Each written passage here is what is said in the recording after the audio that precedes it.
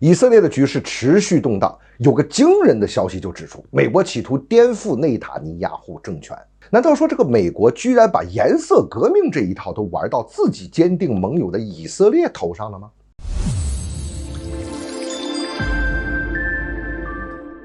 欢迎来到张斌观察，我是张斌。这消息是挺惊人的，而更惊人的是这个消息居然是内塔尼亚胡的儿子亚伊尔在自己社交媒体发布出来的。他说美国呢去资助以色列现在一些的反对派，让他们呢去搞垮现在的内塔尼亚胡这个政府。从这个事情上我们可以看到现在以色列内部这个反对派这个声势非常的大，但是呢他们的一些过激的行动也确实是露出了一些把柄，让别人抓到了。那么从现在亚伊尔说的这么一件事儿，说这个美国去资助这件事情，那不就搞得美国这是要搞什么颜色革命了吗？那这个呢你没法证实是真是假，当然从逻辑上也有这种可能性。目前来看呢，这更多的呢是内塔尼亚胡这一派呢，它是政治和舆论上的一种反击。那我们看现在以色列现在这个内乱的几大原因你看这个以色列它的内乱主要是源于它的内政出了大问题，还有它的经济问题。你比如说吧，以色列这几年呢要提出来说，我们这个人口少，地方也小地缘关系也比较紧张，我们不可能搞那些大资源的东西，所以呢我们要发挥犹太人的聪明才智，我们要搞这个科技产业，要搞这种高科技的发展，进行了很多高科技的投资。但是这事儿真是不巧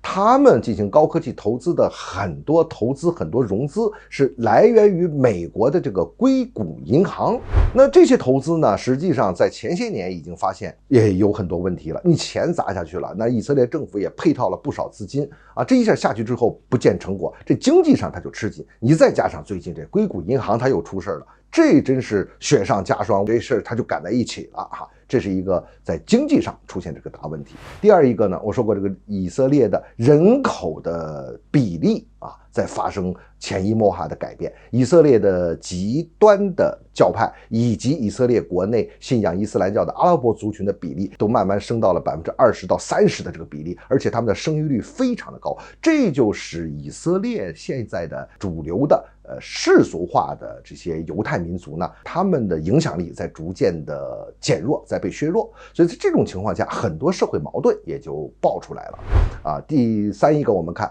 中东现在呢是出现一个大的一个和解的一个趋势。这客观上来讲呢，虽然这对中东甚至说对以色列来讲，从长期上来看都是一件好事，但是客观上确实在外部对以色列产生了一定的影响，因为这个直接冲击到美国的霸权了嘛。这个实际上对以色列和美国的关系也产生了冲击，也产生了一个松动。那再加上现在内塔尼亚胡看到以色列的内部这些矛盾之后呢，他要想解决，他必须要有更多的权利，他就搞这个司法改革。因为内塔尼亚胡本身就非常强硬的，他现在搞这个司改就是为了要获得更大的权利来解决内部的这么一个问题。所以我们来看，这是以色列的一些根本的问题了。那么我们再说回这个以色列的现在政权内塔尼亚胡吧。实际上说起来内塔尼亚胡和美国的关系还是比较好的。不过他有一个问题，就是他过于的强硬，而这种过于强硬呢，可能会冲击到美国的中东政策。咱们说内塔尼亚胡跟这个美国的关系比较好其实呢他是和共和党好，和现在这个拜登搞的这种所谓价值观的这个外交内塔尼亚胡的现在这个司改增加自己权力那是和拜登的民主党这个立场有所冲突的而且呢就现在这个美国国内的党争非常的厉害，作为拜登政府他必须要强调自己的所谓价值观的这个立场那这里边他和内塔尼亚胡的缝隙就开始加大了。